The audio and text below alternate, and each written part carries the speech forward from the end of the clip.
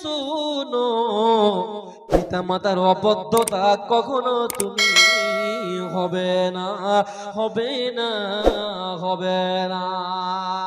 হে মুয়াজ, যদি তোমার পিতা মাতা যদি তোমাকে বাড়ির ভাগ যদি না দেয়, তোমার পিতা মাতা যদি বলে তুই বাড়ি থেকে বের হয়ে যা, তুই আমার সন্তান নয়, তুই আমার বেটা নয়, তুই আমার সন্তান নয়, বিশ্বনবী বলছেন যদি তোমার মা বাবা যদি এইরকম কথা বলে, তবুও পিতা মাতার সঙ্গে তোমরা বেয়াদবি করবে না, মায়ের সঙ্গে তুমি খারাপ ব্যবহার করবে না, বাবার সঙ্গে খারাপ ব্যবহার করবে না, বাবাকে ভালোবাসবে, মাকে ভালোবাসবে।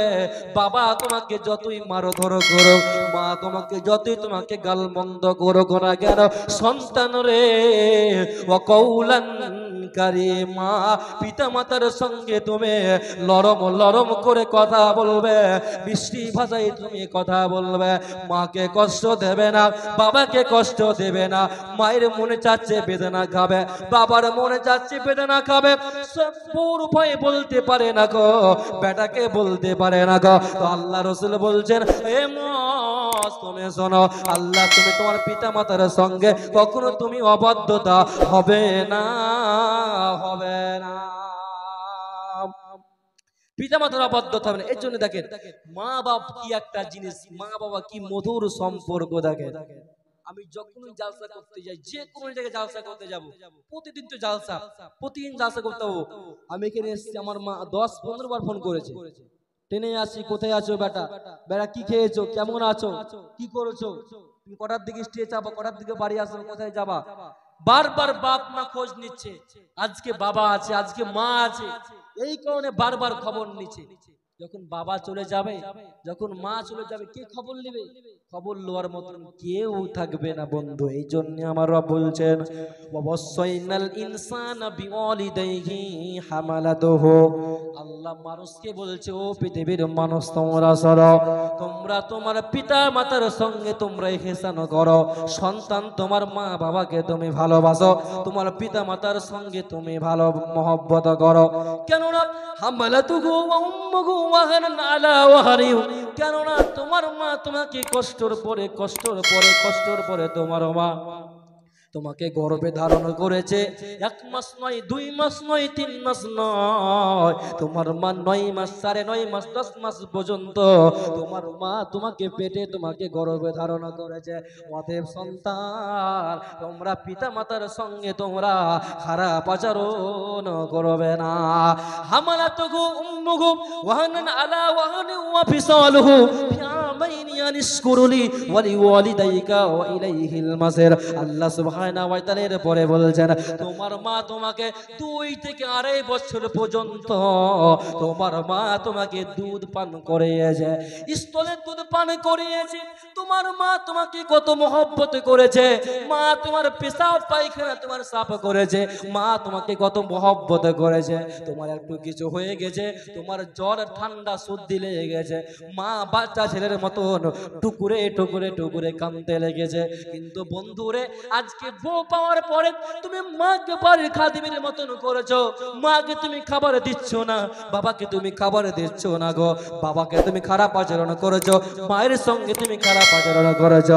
না, নবীজি বললেন জান্নাত কোথায়? নবীজি বললেন জান্নাত কোথায়? হুমা জান্নাতুকা ওয়া নারুকা, তোমার মা তোমার বাবা তোমার জন্য জান্নাত, তোমার মা তোমার বাবা তোমার জন্য হতে জাহান্নাম।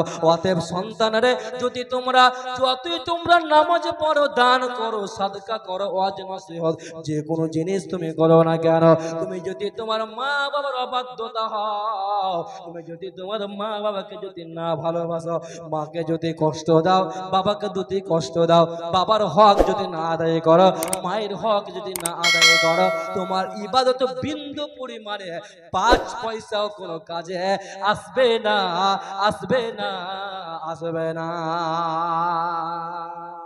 মা বাবার খোঁজ নাই গো।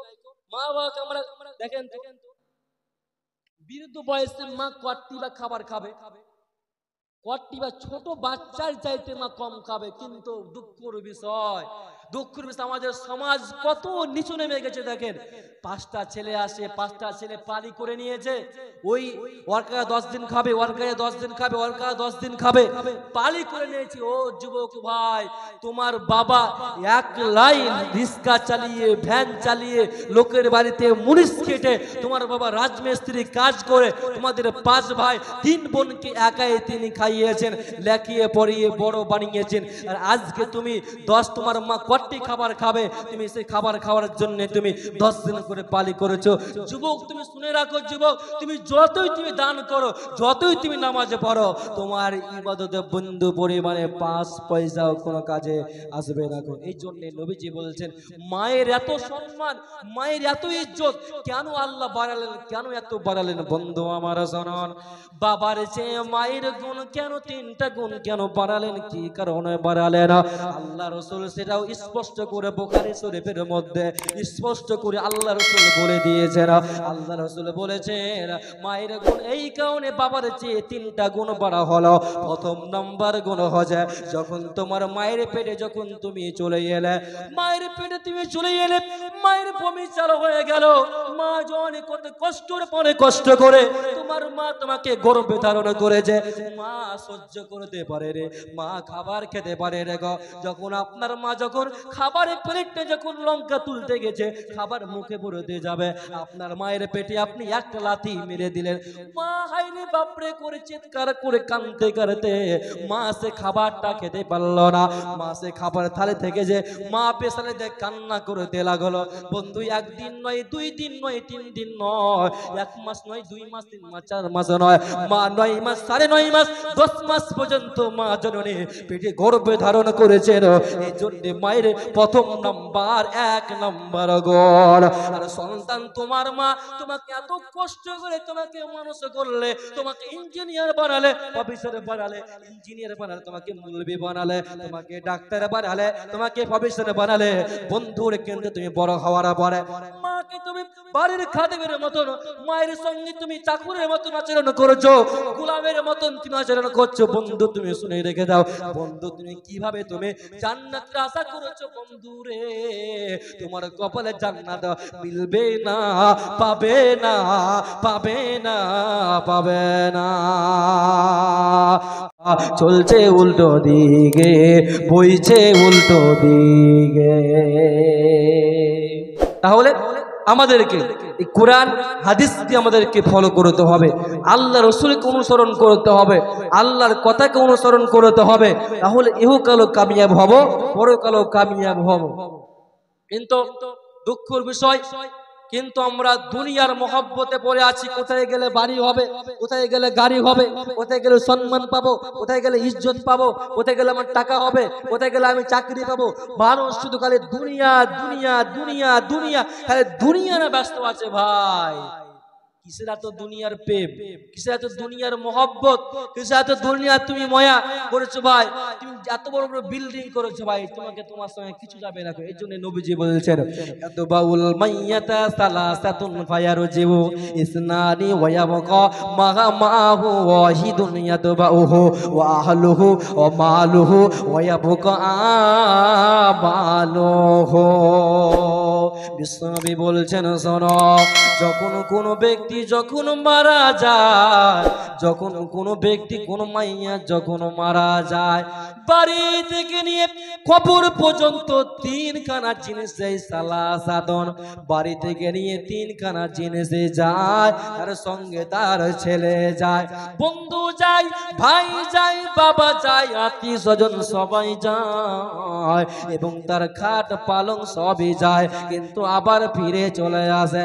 বাড়ি থেকে যায়, গাড়ি থেকে যায়, জমি থেকে যায়, স্ত্রী সন্তান সন্তান সবাই থেকে যাবে বন্ধুরে, কিন্তু আপনি অন্ধকার কবরে আপনি একাই যাবেন। ওয়াবকা, শুধু আপনার বাকি থাকবে আমালুহু, আপনার আমল ছাড়া আপনার সঙ্গে আর কোনো কিছু যাবে না, যাবে না, যাবে না। সেদিন আপনি হাজার প্রশ্নে মরে গেলে পারে সেদিন আপনি হাজার আপনি চিৎকার করে কাঁদলে পারে সেদিন কোনো লাভ হবে না গো। এই জন্য ভাই আল্লাহ রাসূল বলছেন তোমাদেরকে হায়াত থাকা অবস্থাতে তোমাদেরকে তওবা করতে হবে, তোমাদেরকে মাফ চাইতে হবে, তোমাদেরকে ক্ষমা চাইতে হবে। এই জন্য আল্লাহ রাসূলকে একজন সাহাবী এসে বলছে, ইয়া রাসূলুল্লাহ, বিশ্বনবী গো আপনি বলুন কোন ব্যক্তি মুমিনের মধ্যে সবচাইতে উত্তম মুমিন কে? মুমিনের মধ্যে সবচাইতে ভালো মুমিন কে? মুমিনের মধ্যে সবচাইতে চরিত্রবান মুমিন কে? তো আল্লাহর নবী বিশ্বনবী বললেন মুমিনের মধ্যে ওই ব্যক্তি সবচাইতে বুদ্ধিমান মুমিন, মুমিনের মধ্যে ওই ব্যক্তি সবচাইতে চরিত্রবান মুমিন এই ব্যক্তি দুনিয়াতে থাকা অবস্থাতে পরজগতের পুঁজি করে নিল, আখিরাতের পুঁজি করে নিল, হাসরের পুঁজি করে নিল। আল্লাহ রাসূল বললেন ওই ব্যক্তি হচ্ছে মুমিনের মধ্যে সবচাইতে উত্তম মুমিন, ওই ব্যক্তি হচ্ছে সবচাইতে মুমিনের মধ্যে সবচাইতে ভালো মুমিন ওই হতে পারবে। এই কারণে ভাই বন্ধুগণ আমার, কবরে যেতে গেলে পরে আমাদেরকে আমল নিয়ে কবরে যেতে হবে, না হলে সেদিন বাঁচার উপায় রবে না।